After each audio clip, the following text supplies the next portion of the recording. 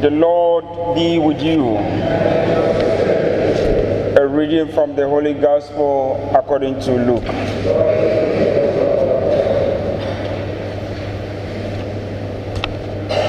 Jesus said to his disciples, I have come to bring fire to the earth, and how I wish it were blazing already. There is a baptism I must receive, and how great is my distress till it is over. Do you suppose that I'm here to bring peace on earth? No, I tell you, but rather division. For from now on, a household of 5 will be divided, 3 against 2, and 2 against 3. The father divided against the son, and son against the father. Mother against daughter, daughter against mother. Mother-in-law against daughter-in-law, daughter-in-law against mother-in-law. The Gospel of the Lord.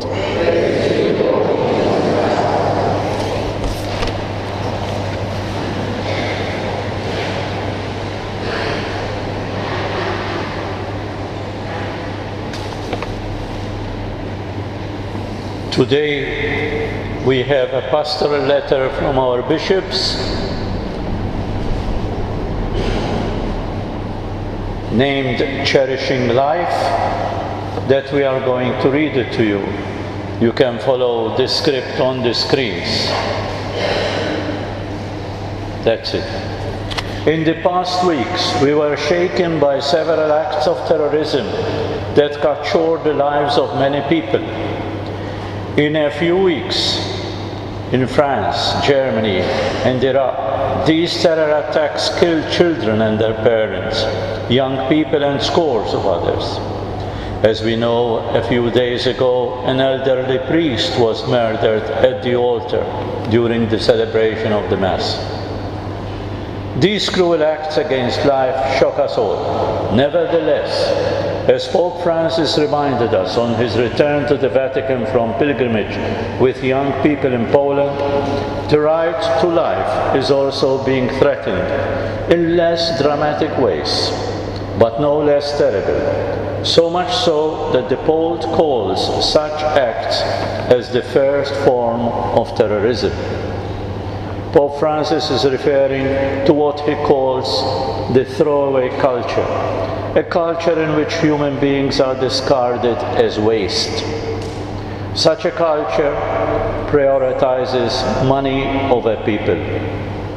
Pope Francis reminds us that this culture kills unborn babies, abandons the old, forsakes people with disabilities, values people according to their potential contribution to the economy and their consumption, and is unjust with the poor. The exploitation of the environment that enriches the few and steals from the many is also typical of this culture. There might be some people who think that at first glance there is no link between all of the above. However, the Pope stresses the intrinsic link that exists between each and every one of these characteristics.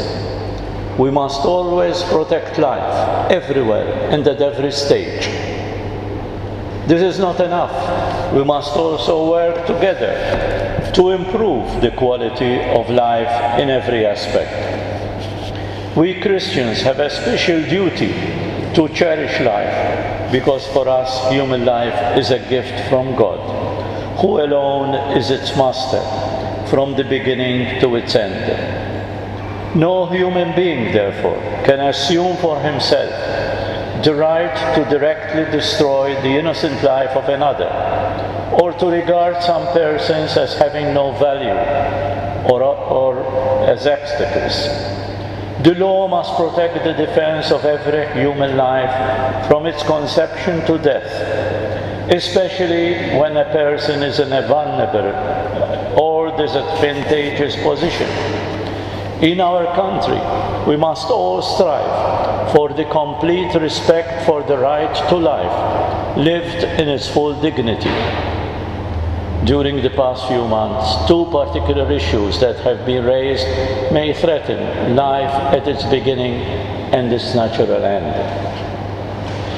The life of the human being from the very first days of its existence can be threatened when pills or other medicines are taken with the aim that the life that has been conceived in the womb is prevented from developing, rather destroyed. The effect of certain pills in certain circumstances can be abortifacient. A person who is seriously living according to his or her Christian beliefs has the moral obligation to inform himself fully about all the effects of these medicinal products in order to take responsible decisions in favor of life. In case of scientific doubt on how these medicinal products can work, the decision must always be in favor of the protection of life. The conscience of healthcare professionals who have objections to prescribe or to sell these medicinal products because of scientific doubt about their effects must be respected. The issue of euthanasia has also come to the fore in recent weeks. There are some who reason that when a person is going through severe suffering, human life loses its value, and therefore this person has the right to be assisted to take his or her life. We understand the psychological and the physical suffering that the patient and his or her relatives would be going through. Certainly we do feel for each person who is experiencing such suffering. However, we also believe that the value of human life does not depend on whether the person is healthy or satisfied with the quality of his or her life. We also believe that euthanasia can never be in the best interest of the patient. Pope Francis has been very clear about this issue in several of his speeches. Indeed, he calls euthanasia and assisted suicide a serious threat to families worldwide. Every person has a right to treatment, and society has the moral obligation to provide medical services in defense of this right of life. Every person reserves the legal and moral right to refuse medical treatment that does not offer any hope, which involves exorbitant costs or inconvenience, or incurs several pain and suffering. At the same time, however, every care must be provided to alleviate psychological and physical pain until the process of death takes its natural course. The more intense suffering becomes, society must increase all the more the measures and structures that offer solace and encouragement, so that no one is put aside or considered burdensome on others.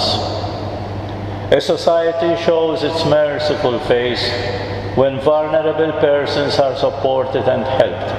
In our country, we must strengthen our medical services in order to alleviate pain and assist all those who work in this sector, to increase and extend the services already being offered in the community to so many patients with terminal illness and to their relatives. The Church in Malta will be working with the hospice movement on Dar el-Hinina, House of Mercy, a new residence that will provide high-quality services specializing in palliative care to terminally ill patients. We would like to express our great admiration to many families who greatly cherish those who are terminally ill, the elderly and vulnerable persons, and who, where circumstances permit, choose to offer round-the-clock care in their own homes. The love shown by relatives when they accompany these people in hardship, even in hospitals, is the most beautiful gesture of humanity. We appeal to all our Maltese and Gotham brothers and sisters to nurture and increase these works of mercy, and to continue to strive so that no person in our country will be forsaken in his or her illness or chronic condition. We place our earnest message in the hands of Our Lady assumed in heaven, as we ask her to continue to protect our beloved people with her merciful gaze, whilst always showing us Jesus, who is the way, the truth, and the life. We impart on you our pastoral blessing. Charles Cicluna and Mario Grech, Bishops of Malta. Let's read the prayer that we have on the screens now. God of wisdom, you enfleshed your word into humanity and incarnated us with your divinity.